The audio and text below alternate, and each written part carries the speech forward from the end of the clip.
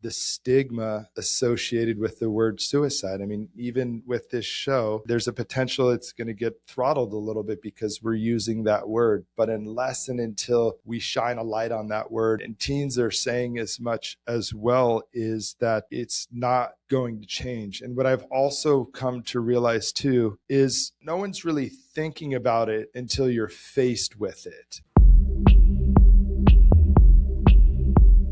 Welcome to the podcast, where we introduce you to incredible humans who share their journeys with the mission to inspire you to harness your own inner tenacity to drive your life and career forward. And now, your host, Adam Posner.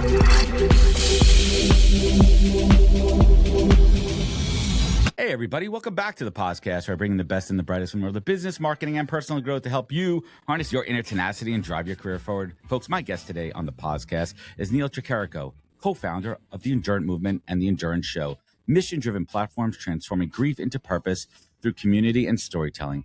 After losing his son Anthony to suicide, Neal now channels decades of leadership and coaching into advocacy for mental health, suicide prevention, and neurodiversity. With a deep love and lived empathy, Neal leads with vision, vulnerability, ensuring no one walks through life alone. This is going to be heavy, folks. Hang with me. Let's do this. Neal, welcome to the show. Thank you, Adam. I'm really grateful to be here. It's an honor. And I'm grateful to have you. And today we're recording this. It's the 7th anniversary of the show.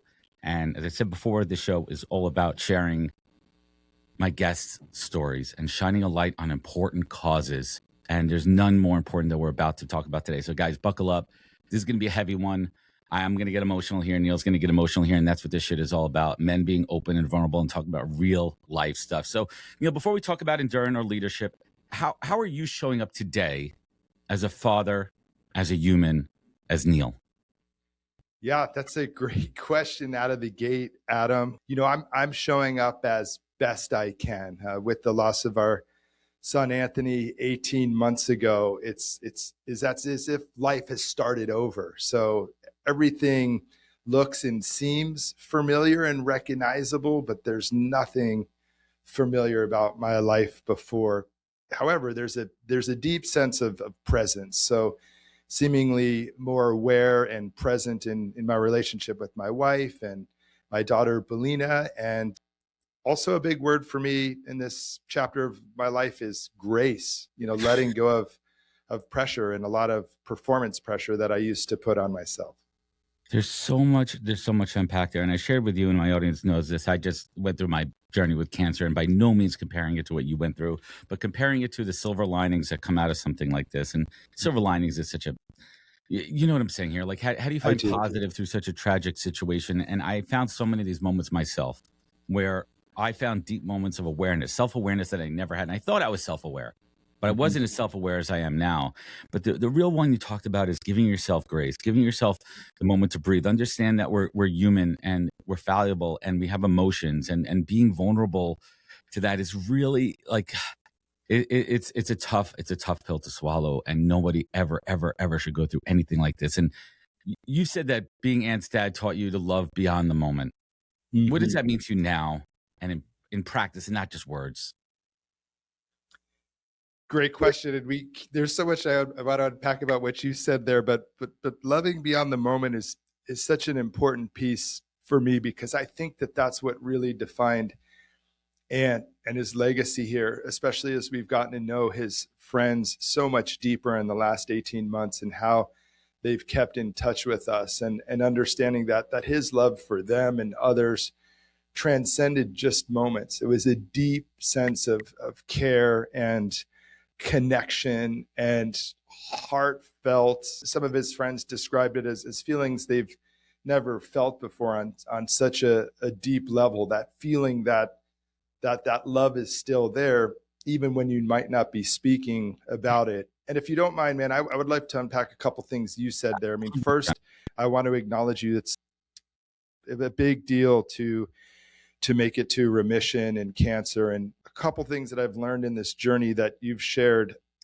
Grief is grief, right? So yes, losing a child in this way to suicide, especially after 2 years of us all working so hard to save his life, is every bit a parent's worst nightmare. It really, really is. And as I've come to understand, what humans are facing is very real for them. So another thing that I've really discovered in this is to let go of the word compare. When you were going through, I don't know how it felt for you, but my hallucination is when you were going through your journey with cancer, I couldn't imagine the fear and scared and what you're going through. And for you, I suspect that is as real as what I've gone through. And one thing I've come to learn as I've met other dads and families on my grief journey is I won't share with you because it will get super emotional, but there are stories that are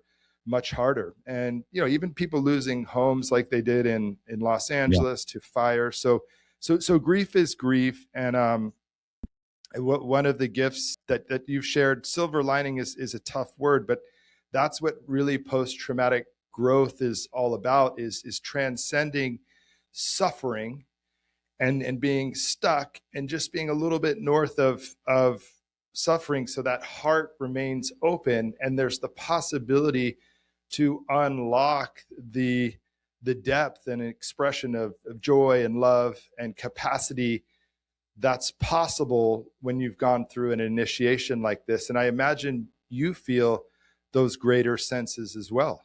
Yeah, 100% too. And there's something else I've talked about with my therapist is this for me. This is for me.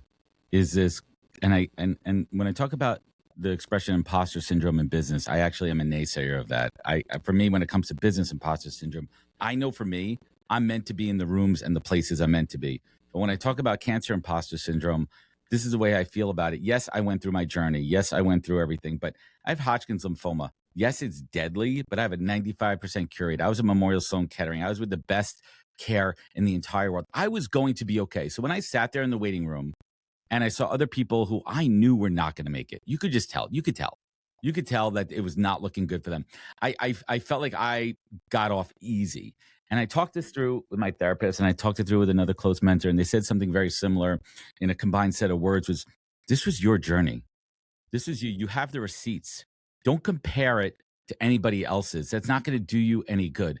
You have to be in that moment, and you have to learn from it. And grief, you need time to grieve.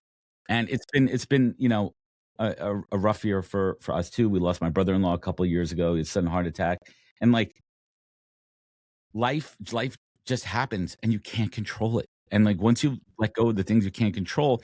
But in your case, I can't even imagine the guilt and what goes through your head of thinking what you couldn't and can't control. How do you even like compartmentalize that so you can still carry on every single day and still function as a father? You still have a beautiful daughter. You still have an amazing wife. You have a family. You have a business. And now, how do you compartmentalize so you could take Anthony's legacy and make him proud? That was a lot. I'm sorry. There's a lot in there. And we'll dive right into it. And I really appreciate you sharing about the imposter syndrome as a cancer survivor. That's a powerful piece, because so many are lost, and to survive in the way you have and to have shared what you did really struck me. And what I took from what you were sharing is this sense that I felt early on.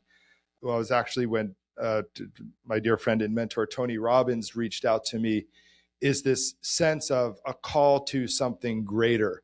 So you could stay in that space of victimhood or imposter syndrome, but you've sensed and answered the call to something greater. And I acknowledge you for that. And it's a powerful piece that you've shared that's really helped me and reminded me. Getting back to what you were sharing, it's interesting. I've been thinking about it. The last few weeks have been a tough stretch, because on one hand, it seems like things are getting easier, and the rawness of the loss is less intense. And in many ways, it's harder than it's ever been. I find it unbelievable that my son is not here. And I'm in a moment where I've lost that sense of acceptance. Like I'm just being raw and real with you. As we sit here Wednesday morning, I don't accept it. This is totally unbelievable. And I think as a long way of answering your question, that's how I navigate it, because this journey, there's no end. I'm never going to get over this. But the beauty and possibility is this word and, that I can carry this weight, this hole in my heart, this bruise, and Anthony's legacy in my heart.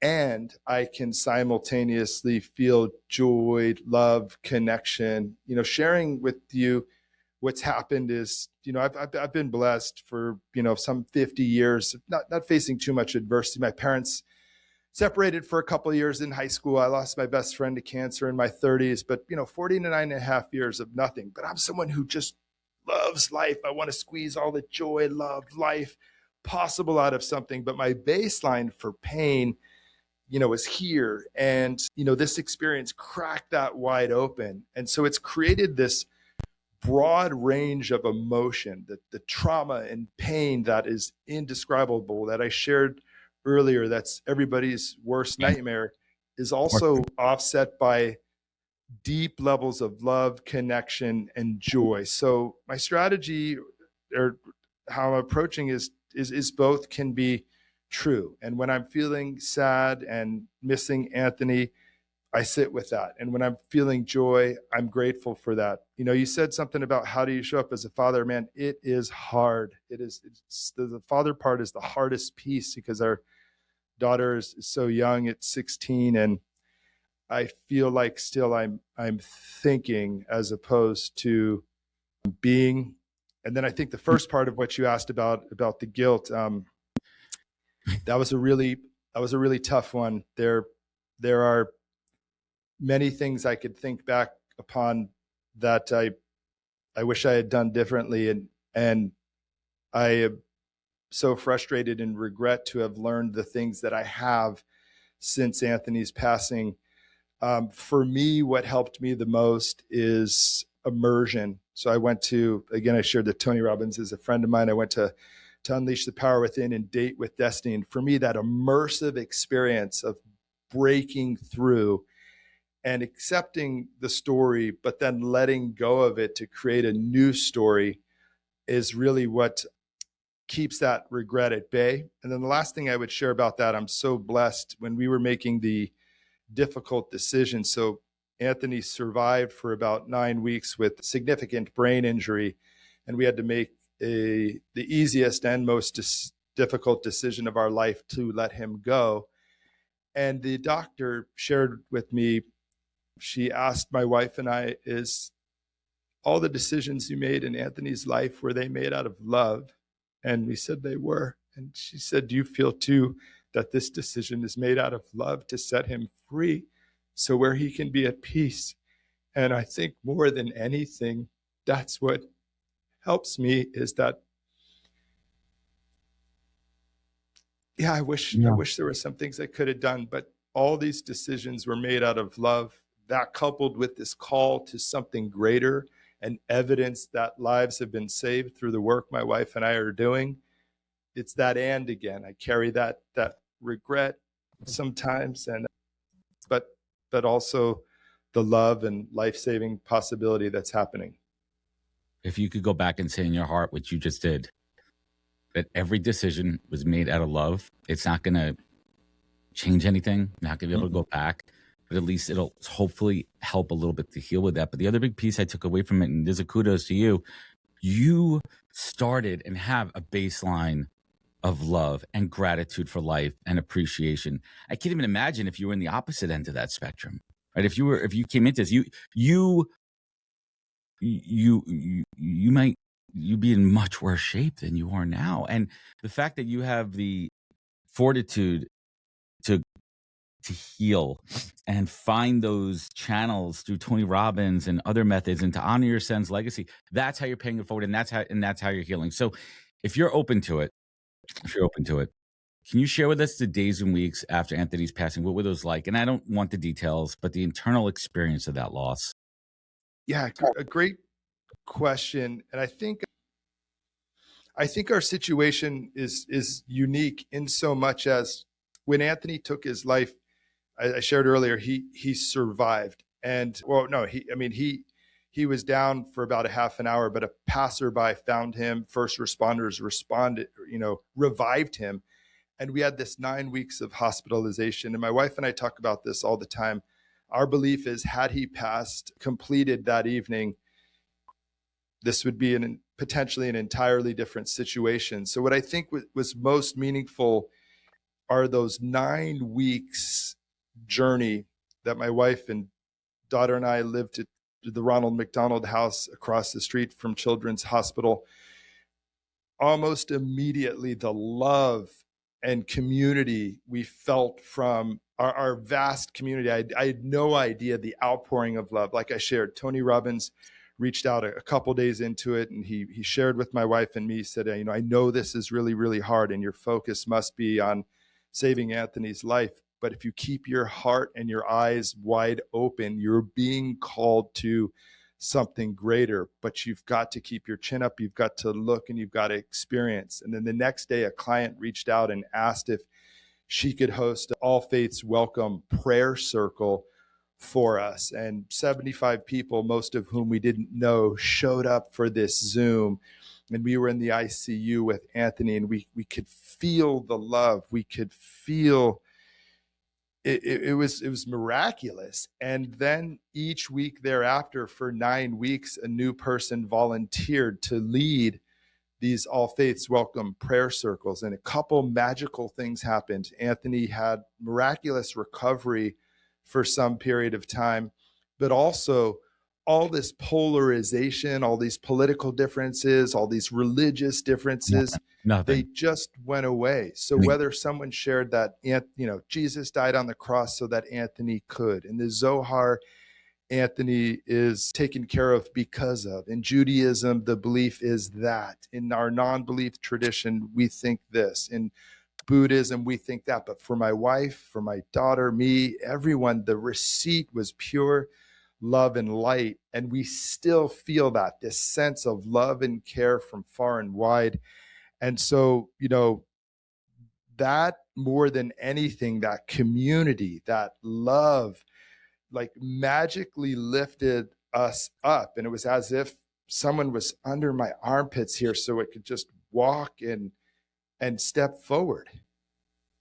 Two words I want to dig into. The first one is faith and the power of it. And faith is not religious.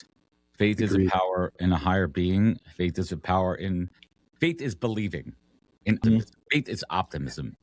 And the other word is community. And when I first got diagnosed, and I can't believe this, it's 6 days, it'll be 1 year, like the outpouring, like, when you go through something like this, who your real friends are. And by friends and family, because not all family are friends. You know who your friends are.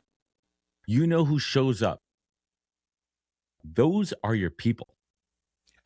And that's your tribe. And I'm blessed, and you are blessed to have such strong, but there's so many other people out there that don't have tribes, that haven't built tribes for whatever freaking reasons, whatever on earth, they don't have it. And we are blessed that we have those people in our lives to show up when we need them. No questions asked. They're just there selflessly for you. So grief often comes with both devastation and awakening. Yes. What truths surface for you that you haven't seen clearly before this? Oh my gosh. I mean, I think the easiest way to say it is, my life and career beforehand was so performative based. I mean, I'm a grounded, caring, loving guy. I meditate. I've been blessed. Let's level up for a second. What's the career? I didn't even get into. I suck at the podcast. What the hell do you do for a living? Jeez, that's what I do. And I wasn't even getting in there. Let's level set for everyone out there. What's the day job, Neal? What's the day job? Well, okay, but I want to be sure that answer that we come back to that community aspect. So in my previous life, I came up in sales. I was the top salesperson wherever I went, but I was a reluctant salesperson. I came up in sales late 90s, early 2000s. So it was a lot of coffee for closers, Glenn Gary, Glenn Ross. Yeah, still Raw Dog. Yep. I managed to succeed, not following the script, not doing those things, but like ringing those gongs and chest bumping. It always made me feel reluctant until I had an opportunity when we came down here to San Diego to work with Deepak Chopra, who I had no idea about, and become his director and vice president of sales, and learn how to take a sales profession and work in a place and a space that impacts and improves people's lives. And then from there, I was fortunate enough to be introduced by him to Tony Robbins. And I worked, with Tony on his executive team from 08 to 012 and 16 to 20. And in between, I'd been doing my own work and continue to do coaching, executive leadership. But it's fascinating. A couple of years before all this, I was starting to share with Anthony, that I was really feeling like, gosh, this is 2 decades. I really want to do more purposeful work, more meaningful work. And I was starting to explore that as 50 was coming up. And here we are doing the most purposeful and meaningful and life-saving work, unfortunately at a tremendous cost. And so be it, because lives are at stake and being saved. Let's get back to community. I want to get you back on that. Thank you. Where was I going with that? Just give me just a quick sec. Oh yeah. So I don't know if you're finding this, but in this call to something greater, yes, I've understood who my true friends are. And, many of them leaned in even deep and even more with us. And sadly, some who we might have expected would be there for us in the most meaningful ways maybe weren't. But I've also come to understand it's so big, it's so unimaginable that just may not be possible. We're all at different levels of consciousness and also at different levels in my life. But one thing I've noticed, and again, this is because the heart is wide open and the eyes are wide open. And when they are, new mentors, new cohorts, new friends on the journey, old friends showing up in different ways. So I have friends that I've known for my entire life. And then like we met the founder of Challenge Athletes Foundation yesterday. And oh my gosh, this is a new friend and mentor. So there's a number of people that I never knew before this that have shown up in the most meaningful ways that my wife and I have the most magical relationships with. All right, I'm going to go off script here because it's something that's really interesting. In the beginning, it was a little hard for me, and maybe I use this as a crutch, maybe I use this as a release, where there were certain people in my life that didn't show up when I was going through this that I would have expected to, that I was upset with. But I learned to release it. And I also learned through the journey to not hold it against them and honor my relationship with them before this. And maybe there was something, instead of being cynical, that they quote unquote don't care, that there's just maybe something else going on. Maybe they experience a similar loss. Maybe they know someone who went through cancer. Maybe they have a loss of cancer. And for whatever reason, they don't want to be as involved as possible. I needed to let that go. And once I was able to unlock this, like, I called it a dirty part of me, like this dirty feelings, these dirty feelings of anger. And maybe I was using it as an outlet for my pain and what I was going through, because I put on a really strong face during treatment. And I'm actually proud as fuck as myself, as like how I held myself. It was very unlike me. But and I say this all the time, and I want to talk about this, but there's an expression that I think I coined, and I'm gonna coin this one. You don't know how strong you are until you need to be. You don't know how strong you are until you need to be. It's like, shit, if I get into a fist fight in the alley, am I going to be able to hold my own? You don't know. You don't know until you're in that moment. But going back to what I said before, did you, am I the only one that feels that way? That, like, there were certain people that you expected to show up that didn't? Is that a natural feeling? I think I'm going to answer it maybe in an unexpected way and say, like, I really don't know. See, because what you were going through, you had to make a decision to show up with a mindset in a certain way that was really critical, prognosis and percentages aside. I mean, if you didn't show up in that way, it's likely that the turnout would be different. So that mindset and that strength is critical for your survival. Mental right? is a big part of healing, going through anything. If the body and mind are connected, I learned that big time during this process. Yeah. And so I see it in my mother too. Sadly, she broke her femur a few weeks ago, and her mindset is so strong to rehabilitate and get back to where she was. And that's a decision that one makes to take care of themselves. You know, my experience, and it is so profound. And I'll just share something with you because I'm really trying to figure out how to unlock it so people don't necessarily have to go through the initiation I went through. But there was no thinking or deciding. The only thing that mattered in those moments, in those 9 weeks, was saving Anthony's life. And so that's all I thought about. But the strength, if you will, came from what I was sharing about earlier. I was down on the mat, like not only down on the mat, it was as if there was an unimaginable weight keeping me pressed on the mat.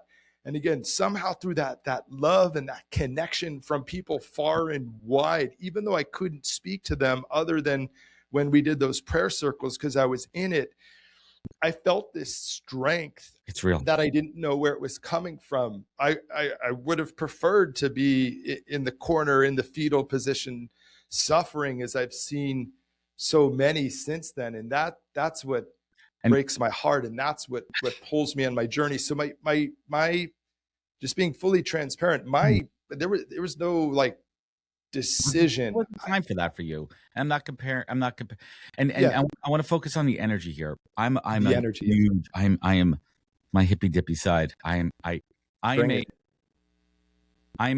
receiver of energy. I tilt much more towards receiving energy, and I feel energy. I'm a barometer for energy. And even I'll give you one even small example. It was so crazy. We were in Hawaii over Christmas for my daughter's bat mitzvah trip, and we're in Maui, and we're on this remote black sand beach, not the touristy one that everyone goes to. We were on a very remote one, and we're standing there, and our driver and my wife and my kids were like further down the beach.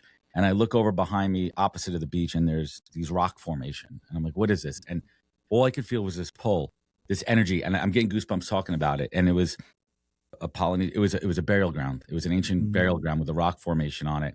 And I've never, ever, ever felt anything as strong in my life. And it pulled me physically towards it. Like I was in Ghostbusters or something. Like it pulled me through it. And I felt this energy. And every time I moved back and forth from it, it was palatable. I had my wife come over. She didn't feel any of that. And I said to I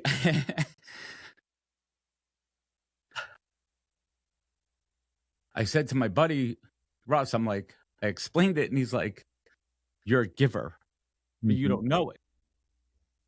And when you go through something like this, you never know where that energy is going to come from. You don't know who it's going to come from. It comes from the most unexpected places, the unexpected people. But life gives you what you need in that moment, and those people in that moment that show up, and you have to cherish and honor them to get you through moments, shit like this, right? Like life-changing moments. So I want to shift back, and I want to talk. Before you shift back, that is so beautiful and magical. My experience is very similar. I found myself to be a giver. I love to give, pour myself into people. You know, my wife too. I mean, it's fascinating. She and my daughter, through, volunteer work they do, volunteer at Ronald McDonald House, and here we are so accustomed to giving and giving back and pouring ourselves into people because of all the blessings that have been bestowed on us, and how hard it was initially to be on the other side of that receiving line, walking up at the Ronald McDonald House with a tray for food that is provided for us, and to receive. And it's humbling. It's hard. The story that your buddy shared, I don't even want to repeat it, because what he said is it's so magical and spot on. And it unlocks that flow for both of us, where now there's that true energy of giving and receiving, and that balance is, if you want to get hippy dippy, that yin and yang, if you will, is critical. And our hearts must remain open to receiving, because it's a multiplier effect on our ability to give, and now we can give back the experience. Yes, and that's another silver lining too. Like, how do I unlock from being a receiver of the energy to someone saying, no, you're a giver, and recognizing I'm a giver, and how do I give that back?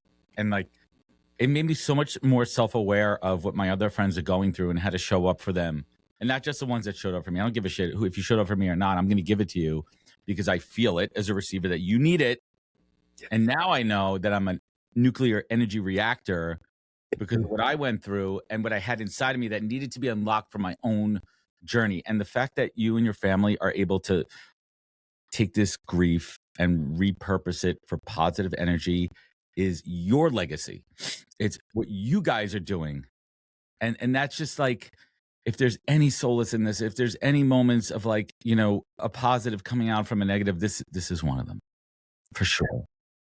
It's the biggest one. And, you know, we were really blessed during these 9 weeks, friends pouring themselves into us and offering different gifts and opportunities. We were introduced to no less than 3 mediums, right? And so we didn't necessarily ever have to think about these things before, but since they were given to us, there was a real opportunity and to connect and with, to understand from and be led by Anthony through this process. And, you know, he had decided, and he was aware of his suicidal ideation and this 2-year journey we went through together. His plan for his senior year was to do his project on suicide. And he said, you know, we must use the word, we must break free of that stigma. And, you know, each day in the hospital on his phone, a reminder would go off every morning at 8, volunteer for suicide awareness. So the reason I share all this is the moment was bigger, and it took this initiation and how we're being led by him to create this legacy. And it was, you know, everyone may have different beliefs or stuff, but we connected with him. And what he shared with us, he said, Mom and Dad, I understand this is a tremendous amount of pain for you both, but you're both strong enough for this, and lives are at stake. And we've just felt that pull, that energy from him, from our higher source, and from the community. I mean, resilience is communal. Yeah. And 100%. we're just, it's as if we've got this table of puzzle pieces in front of us, and we're like, okay, this one goes here and this one goes here. And then it's like, well, where does this one go? And then someone or something comes from wherever it is within 48 hours and answers that question. And that's the power of this energy that we're talking about. And it's available to all of us. Some have been conditioned over a lifetime in different ways. I've come to realize that potentially the last 20 years I've been training for this. So I'm so glad and grateful that my capacity for joy and love and experience still exists. Amen. And is available to me. Hey everybody, Adam here from the Podcast. Today's podcast is brought to you by the team at Fountain. Fountain is your full-service frontline workforce management platform. I have to tell you, Fountain's offerings are some of the most robust I've seen for any product in the space. They offer full solutions for hiring, managing, and retention. They are truly a one-stop shop focused on the frontline workforce. They also create informative content using their data. For example, they analyze a bunch of data from their fast food chains and created a trend report you could download now on their website. They also have a new ebook out called Frontline Voices. There's a lot to dive into. Certainly check it out. And you could learn more at fountain.com, linked in the show notes. Thank you. Amen to all of that. And as you're saying this, I'm thinking about, you know, when I got my diagnosis, I was thinking about how I wanted to show up as a father. How am I going to use this as a learning example for my kids? And listen, I have a 13-year-old. She knew what the hell was going on. And Daddy loses his hair and is going through treatment. And I got a port in me and I lost my hair and I'm changing and I look different. She knew what was going on. And we never use the C word. We never use a cancer word, but she knew it was going on. She's 13. She's not stupid. My little guy, he was 6 at the time, now 7. 6'7". There's a shout out to him. He didn't know, but he knew Daddy was sick, quote unquote. And I said my blood was sick. And I thought about it. How do I make this a learning experience? And I empowered him to be my healing orb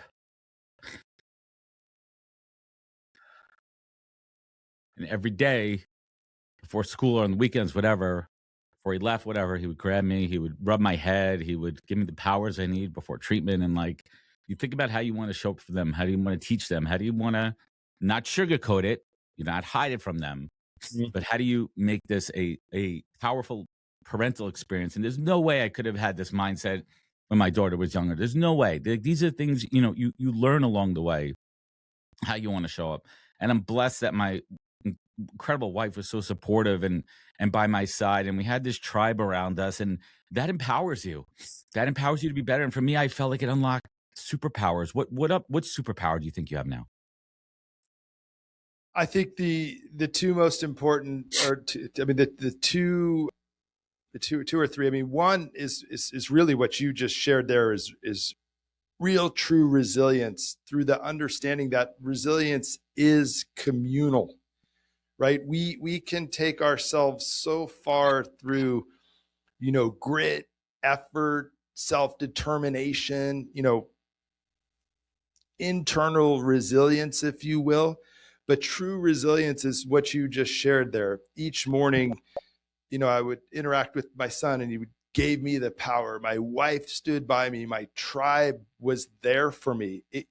It's that magic. So I think resilience is a gift, a beauty from this, and understanding that, again, that resilience is communal. And I can actually, like right now, feel our heartstrings attached, and all of the listeners and all of the people that have helped you and me on our journeys. It's an energy thing, and we truly can't do it alone. We're designed to be here together in love.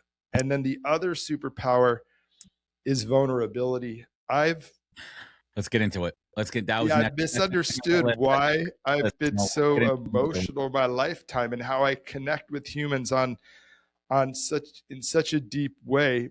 But it's, for us as men, to truly let go of this myth that we need to show up in a certain way, and potentially even that vulnerability isn't masculine. There's so much going around: toxic masculinity, toxic femininity, this, that.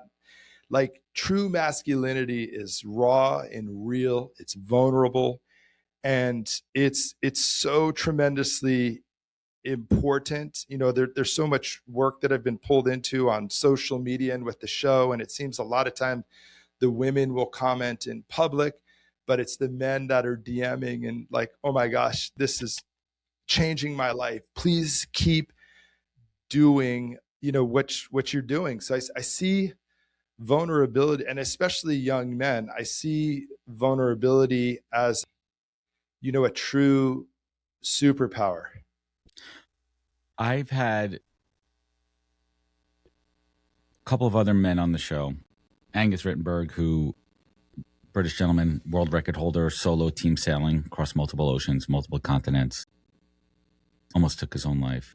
Anton Newtonblum, Dutch soldier, has walked across almost all of Australia, walked across the entire United States barefoot, raising causes for men's mental awareness. Incredibly important cause to me, for me to share my platform with. And the common theme that we talked about on both shows was men, toxic masculinity, breaking down those walls and being vulnerable. I'm lucky. I'm an emotional guy. I wear my heart on my sleeve. I'm a tearjerker. I'm a crybaby. I said a freaking Coldplay song will make me cry. If I hear "Fix You," I'm done. Waterworks. It's over. But so many men, so many cultures across the world, especially here in the United States, it's a sign of weakness. I'm telling everybody listening, it is not. It's a sign of strength. It's a sign of strength that you could share how you feel. It doesn't make you less of a man, less of a partner, less of a father. In fact, it's the opposite. It shows that you could be emotional and share. And those moments when you're going through shit, other people could see you and help you. And if not, you're going to keep it all inside. And that's when things go south. So well said. And that opening up, that creates that communal aspect for resilience and healing. Sorry. But my hallucination, though, is that, potentially, and again, I don't know specifically for you and I, but my hallucination is that so much of it for us men has been conditioned through generational experiences, and that's how we were brought up, so much so that it's part of our physiology. And I know that it was a powerful experience because I feel like when I was young, my dad was more that way, but to see him evolve over the years, and then to see, I just was fortunate to work in these places and to have mentors and examples, not just Tony Robbins, but another man that no one knows about, Steve Lashansky, who mentored me for a decade and a half, the modeling of vulnerability. And I think that's the work that you're doing and demonstrating through your show. That's the work that I'm doing. And we can model that for men, because I don't even think they're aware of it. And it was, some are, some aren't. Maybe it's not that easy to generalize, but I'm not certain it's just a decision. It starts with a decision, Right. but we need models. We need folks like you and I and others to come out of the DMs and have this be a real thing, so that we can unlock that communal superpower. If I could do one thing with my show, if I could reach one person, if I could change one thing, that's all worth it. It's all worth the time and the effort and the energy. So let's turn the page on this chapter of the conversation and talk about how you've harnessed to move it forward and honor your son's legacy. So Endurant wasn't built as a brand, and it emerged as a response, right? So when did you and Samara realize that this needed to become a movement and not just a memorial? Or was it always a movement and not a memorial? No, it's just as you've said. I mean, initially it was a memorial, but the first seeds were planted in the hospital between my daughter and Anthony's best friend. And they had suggested, or they were talking like, hey, we should have mental health clubs at our high school. There's no focus on mental health. It's all on performance and grades and physical health, physical education. There's no ME, mental education. And Belina came up with the idea Endurant. And so Anthony's nickname was Ant. And Endurant means capable of overcoming extreme adversity or hardship. And so those were the early seeds. Let's see, we could do a club on at Anthony's high school. We could do a club at Belina's high school, see what would unfold in the community. But the real big piece was, and I'll try and make this story concise, is a few weeks after all of this, somebody reached out to me on Facebook that I actually thought was someone else. They had the same name. This woman had been following me for a number of years, and she reached out. She said, hey, I've watched your son grow up on Facebook with you and your family, and I'm curious if you'd be willing to get on a call with me. And she got on a call with us and shared that, Anthony was diagnosed with high functioning autism. And what she shared with us blew our mind. She said that children with this diagnosis between the ages of 12 and 18 are nearly 30%, it's like 29.4% more likely to take their own lives. My wife and I were never aware of this. And she shared that a bunch of work that's being done in the UK to act on this awareness. And we, in that moment, felt this moral obligation that we had to do something. We had to close that gap, if you will. We had to bring awareness to this. So it started out potentially initially as a mission, maybe something we do on the side. And then we started having events with teens in the community, 300 teens, 50 teens. And what they were sharing with us and imploring us to help them with was, it's not just neurodiversity. They're struggling in high school. They're struggling in school. We as parents and as school districts aren't helping them become well-rounded, well-being people. We're just helping them get to college to achieve.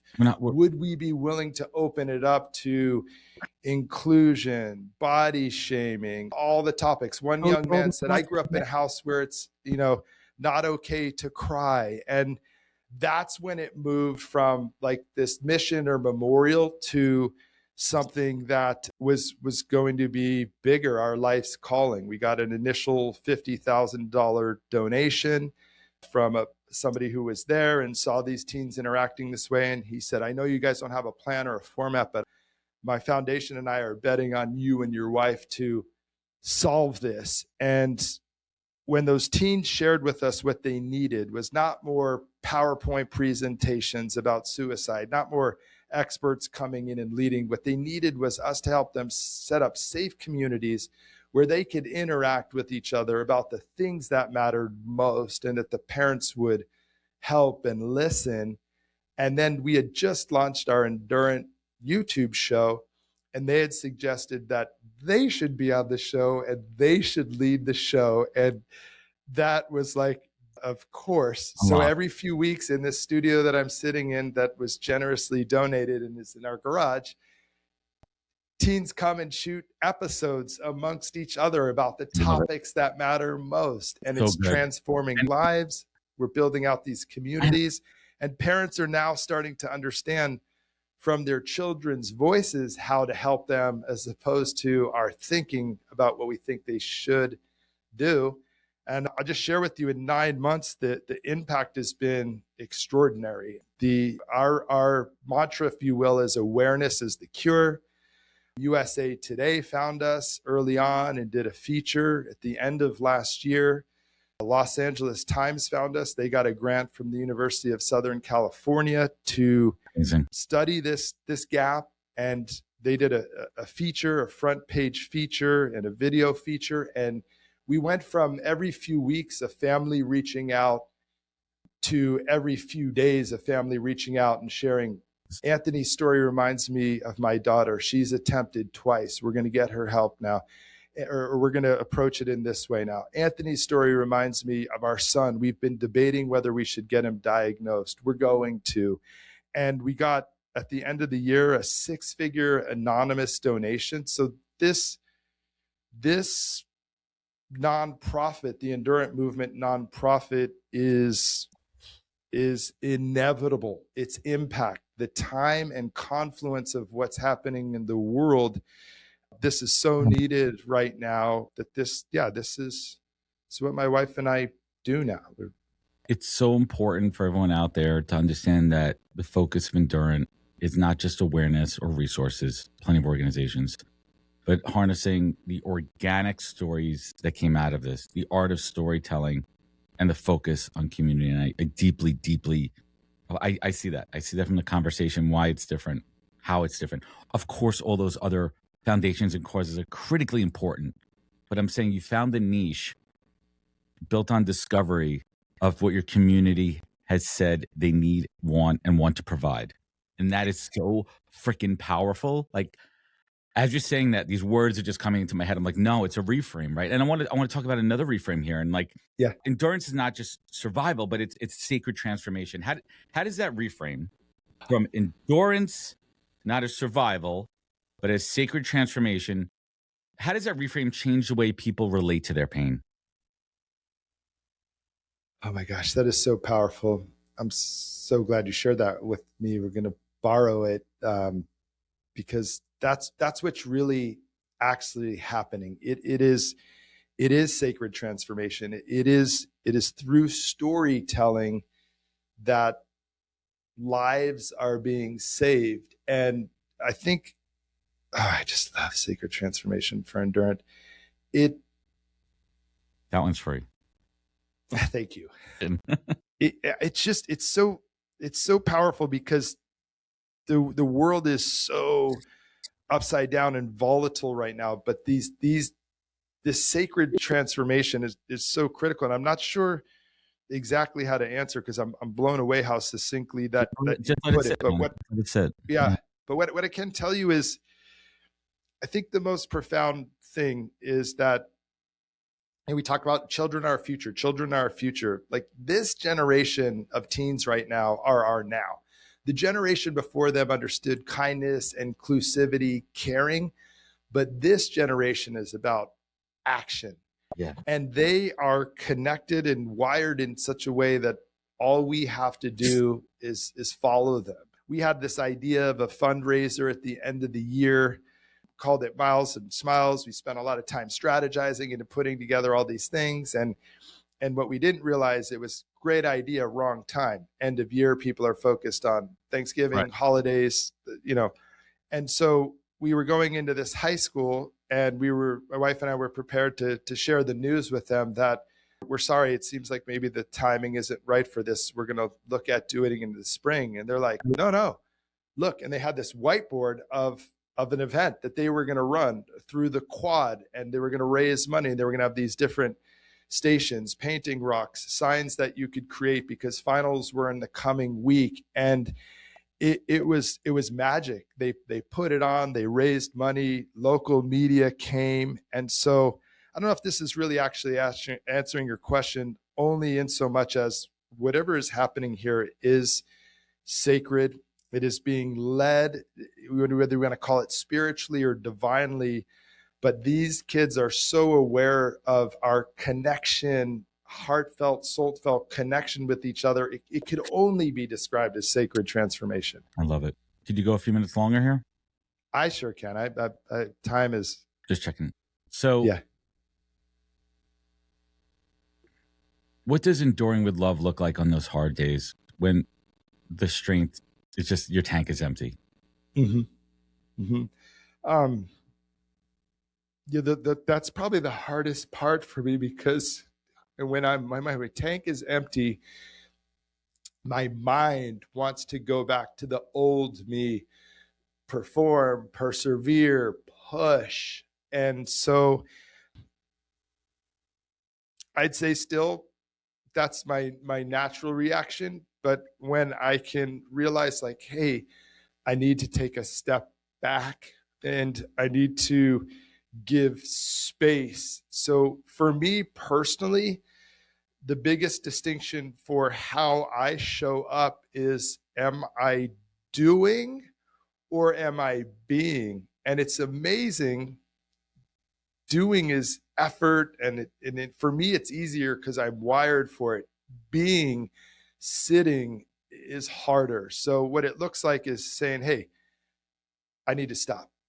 It may be as simple as taking my shoes off and go standing in the grass. It may be grounded, going down to the beach and sticking my feet in the sand. But what I'm actually doing is creating more space and more possibility for things to come in. So I'm creating more space in my schedule, in my head, because what I've come to realize is the greatest things that are happening with the endurance movement in my marriage, with my family, in my life, are happening when I let go and I be far greater than what I could do or create. And that's hard for me because in my previous life, I did and created a lot. So I think it's acceptance, it's grace, and it's the need to say, hey, I have to sit with this now, not push through.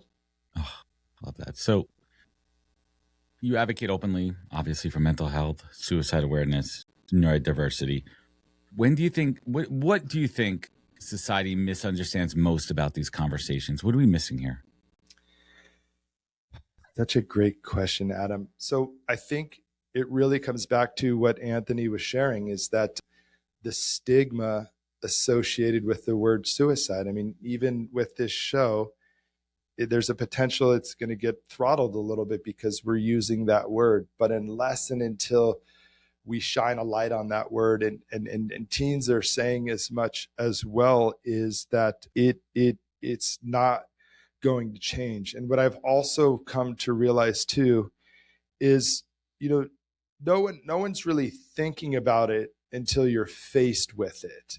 And so, and even for myself, being faced with it and knowing this was so real, and that being my most important priority, it was like it seemed impossible that it could happen. Right. So it was yeah, I mean, it was shocking, but not a surprise. But so the point being is, like, as we started out early on in Endurance to try and help these kids, we put a lot of energy and funds into going into the schools. But what we found was the schools were so resistant. There's liability. If we talk about mental health and suicide, it's going to create suicide. Permission slips from the parents, like all this other Right.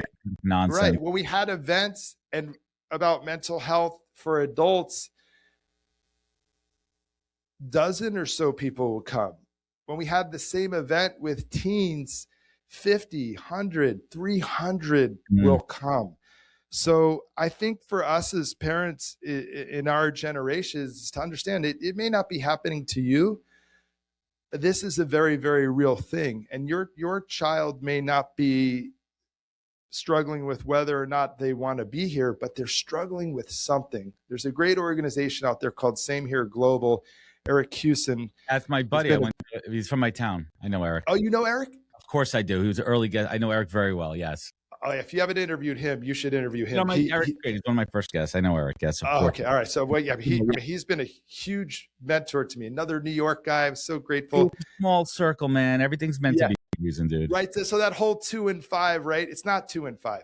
Every one of us are facing mental health challenges. And so we need to, in the same way we need to embrace vulnerability, is we need to embrace the truth. And while we may not be going through it right now, we have something to give to someone who is. And then it's that peace. And so letting go of the fear and stepping into faith that we are all connected in the most meaningful way that transcends religion. Yep. And that our only job here on this planet is to love and be loved. And if we can let go of all the tactics and strategies to figure out whatever and just come from that place of love and connection, we could transcend this, because it's an epidemic. I mean, losing children in this way, it's the second leading cause of death for children, second only to car accidents, is unacceptable. We think about that, it makes us cry, and many of us don't know what to do, so we stay paralyzed. But if we just love one another, that's a start. I got to ask the hardest question and the most important question I'm going to ask here. What are those signals and signs that parents out there have to look for? Let's. What do they have to do? What do they have to look for? What the fuck do we need to do to stop this? So, my man, this is the hardest question out there, and I don't know that I have the answer, because even something like prevention, we have to stay focused on it, because lives are at stake. They are at stake. But what I could also share through my own personal experience is that in some cases it may not be preventable. And for those of us that have lost children in this way, and the fraction of us that have this understanding is really profound and cathartic, but also frustrating. You know, the signs, we had the signs, we saw the signs, we did the things, and we weren't able to prevent. So the only thing at this place and state that I could share with parents is you must take it seriously, and and even in our case, taking it gravely seriously as we did, because there was a point where we were able to communicate and discuss it with Anthony. We still couldn't do enough. So outside of like the immediacy of signs and the crisis, I'm not the best person for that, because I'm still struggling through it. But what I do know is helping kids feel like they belong. And more importantly than belonging is finding their tribe, finding their superheroes. Many kids with Anthony's diagnosis have difficulty making friends, are often bullied. That's the majority of my experience of meeting parents now who have lost. In Anthony's case, it was different. He was blessed with an overwhelming number of friends, but he masked. He masked to fit in. He masked to be normal. You know, we did him a disservice in using the term ASD, autism spectrum disorder, right? So if you're enforcing disorder, then something's wrong, and I need to do other things to be normal. So it's helping these children feel belong, help them find they're superheroes, right? So ours might be, Keith Hernandez or, Ron Darling, great people, some Mets heroes. But for the neurodivergent, it might be, Elon Musk. And when kids and humans feel like they belong, that's true prevention. When we're in that crisis mode, I'm not so sure. And these are the hardest calls and questions for me week in and week out. First of all, everyone out there listening, hanging with us, thank you. Thank you. This has been the deepest, hardest conversation that I've had in 7 years, arguably the most important. Neal, if Anthony's light could speak to someone listening right now who feels lost, unseen, exhausted, what hope do you want them to hear right now through his light? It's I could just feel him coming through me, and it's that you matter, and to know that, and to know that you're loved, and that there's a reason you're here, is to bring love and to share love, and that you matter. These are moments that you're struggling with. You go find someone, a parent, a friend, but that you really truly matter. And for anyone who's walking through grief today, like you and your family are, what's that one gentle truth that you want to offer to them? Not as advice, but as companionship. It's that you are loved. Please remember that you are loved, and grief it's hard. It's so hard. And if you can open your heart, if it's not open, if your heart is open, to keep it open, because the opposite of grief is love, and that there is a community that wants to pour themselves into you. And the grief that you're feeling, that pain, is because of the love you felt. And the amount and intensity of the grief you're feeling is in direct correlation to the amount of love that you felt. And now you've just got to find a new place to put it. And that isn't to others, because the other side is suffering. And in suffering, you're stuck. You're not able to unlock, I know we don't like the word, but the silver linings. You're not able to unlock the beauty that's possible from this indoctrination, from this challenge that you're facing. I want to let that sink in for a moment here. All right, let's bring it home. I've asked this final closer a lot. It's the core of the show. It's the ethos of the show. It's the ethos who I am. It's everything to me, and I need to know what's everything to you. Neal, in these darkest moments what you and your family have had to go through, and facing such unimaginable pain, tragedy that no one could even imagine. No one wish it upon their worst enemy. But you need to stay focused. You need to keep your eye on the prize. You need to be there for those that are still with you today. Neal, what is your beacon? What is your compass? What is your North Star in life? I mean, simply, it is love. If this whole experience and this journey over the last 18, 19 months has shown me anything, it starts and ends with love. And my soul's mission here is to shed love and light. And it transcends everything. It's greater than any single relationship. It's greater than my family. It's a universal truth, which quite frankly is needed now more than anything in these times. We're human beings. We're beings that are connected in love and light, but we're here having a human experience. And somehow we've lost love. Love is is the only thing deep down inside, if you're really true to yourself, is the thing we can all agree on.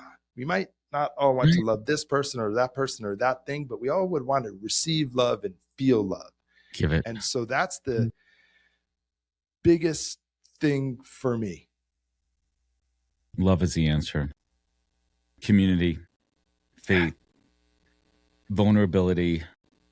And first and foremost, I deeply, deeply from the bottom of my heart, thank you for your vulnerability and sharing your story and honoring Anthony's legacy and how you guys are paying it forward. And I know, and you know, and everyone knows that he's looking down on above and just proud that you guys are turning such a tragedy into such a good cause and helping. If you could help one other person, one other parent, one other family, that's the power. That's the power of love. That's the power of paying it forward. And I wish you and your family all the strength that you need now and forever. I want to thank you so much for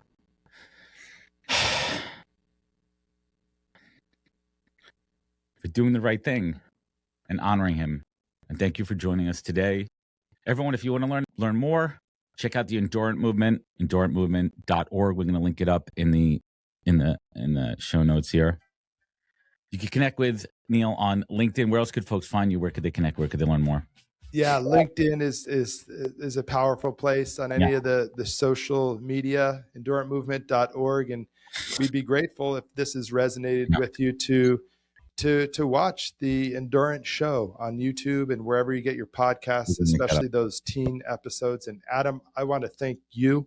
All the things that you've shared, love is the word, but the expression of love is vulnerability, caring, resilience, empathy, grace. This time we've spent together, I can't see, I don't know what time it is. It seems like it's been 10 minutes, probably even much more, is a true expression of love. And what you are doing here with this podcast is that love. Without questions, lives have been impacted by what you're doing and what we've done here today. And I'm grateful to have been invited to participate in this spreading of love with you.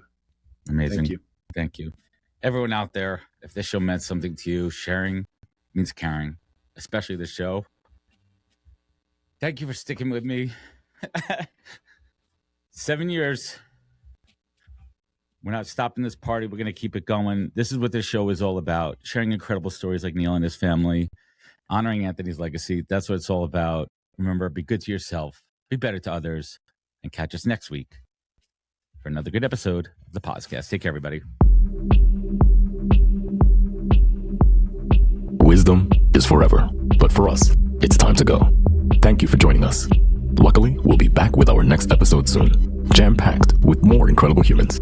Thank you for listening, subscribing, and sharing. To join the conversation, search the podcast on LinkedIn. And to catch up on past episodes and more info, please visit www.thepodcast.com.